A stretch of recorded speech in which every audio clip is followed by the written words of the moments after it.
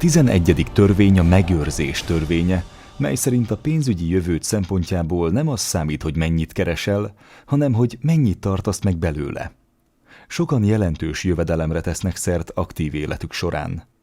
Amikor kirágzik a gazdaság, vannak, akik számottevően többet keresnek, mint amennyit valaha is lehetségesnek tartottak.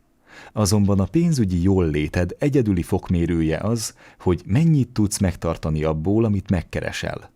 A sikeres emberek kényesen ügyelnek arra, hogy rendszeresen félretegyenek bizonyos összeget, és visszafizessék az adósságaikat, amikor jobban megy a szekerük, hogy legyenek tartalékaik a nehezebb időkre.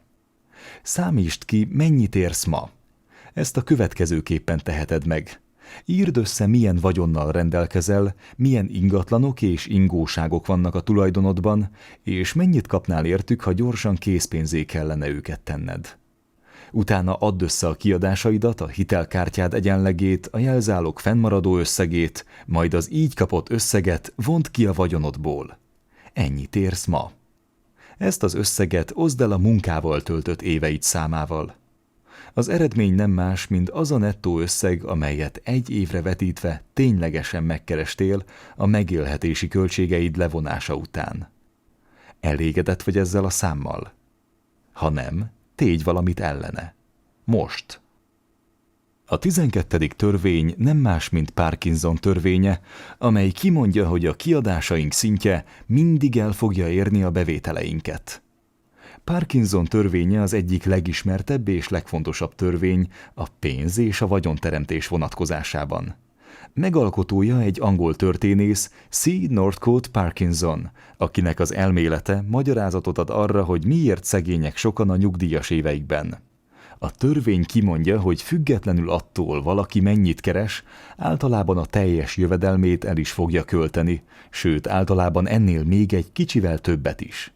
A kiadások ugyanis a jövedelemmel párhuzamosan emelkednek.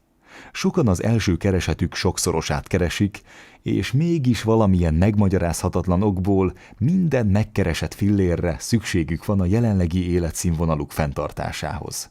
Mindegy, mennyit keresnek, az soha nem elég.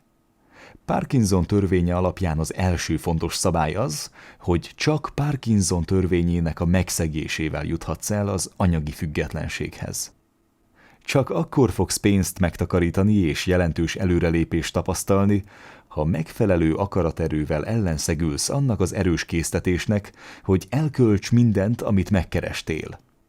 A második szabály úgy szól, hogy ha a kiadásaid alacsonyabb ütemben nőnek, mint a bevételeid, és a kettő különbségét megtakarítod vagy befekteted, még az aktív életedben eléred az anyagi függetlenséget.